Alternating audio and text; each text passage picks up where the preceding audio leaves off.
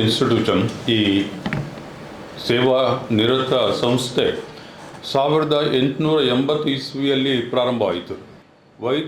Homeopathy ವೈದ್ಯಕೀಯ ಪದ್ಧತಿಯಿಂದ ಪ್ರಾರಂಭವಾದ ಈ ಸಂಸ್ಥೆ ಹಲವಾರು ವರ್ಷ ಹೋಮಿಯೋಪತಿ ವೈದ್ಯಕೀಯ ಸೇವೆಯನ್ನು ನೀಡ್ತಾ ಇತ್ತು.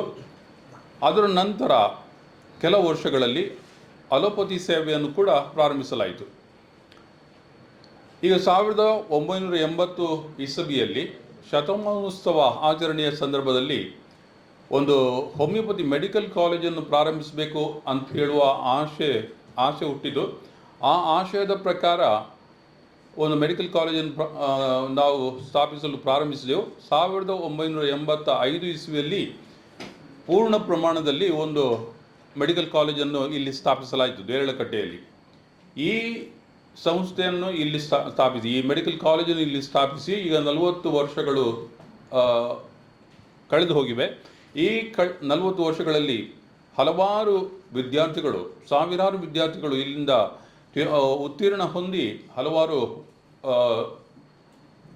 ವೈದ್ಯರು ನಮಗೆ ನಮ್ಮ ದಕ್ಷಿಣ ಭಾರತದಲ್ಲಿ ವಿಶೇಷವಾಗಿ ಮತ್ತು ಇಡೀ ಭಾರತ ಮತ್ತು ಹೊರ ದೇಶಗಳಲ್ಲಿ ಕೂಡ ಇವತ್ತು ಸೇವೆ ನೀಡ್ತಾ ಇದ್ದಾರೆ.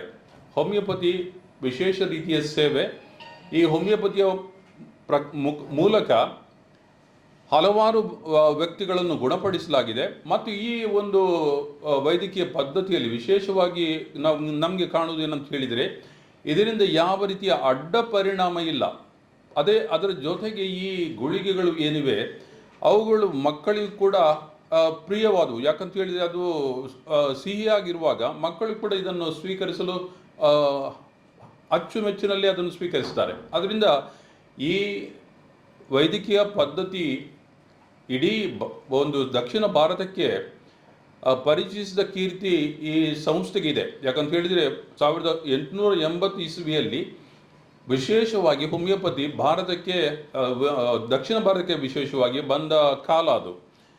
ಅದರಿಂದ ಈ 145 ವರ್ಷಗಳಲ್ಲಿ ಹೋಮಿಯೋಪತಿಯನ್ನು ಈ ನಮ್ಮ ಊರಲ್ಲಿ ಎಲ್ಲರಿಗೆ ಪರಿಚಯಿಸೋದು ಮಾತ್ರ ಅಲ್ಲ, ಅದು ಯೋಗ್ಯ ಒಂದು ವೈದ್ಯಕೀಯ ಪದ್ಧತಿ ಅಂತ ಹೇಳಿ ಜನರಿಗೆ ಮನವರಿಕೆ ಮಾಡಿಕೊಟ್ಟ ಕೀರ್ತಿ ಈ ಸಂಸ್ಥೆಗಿದೆ.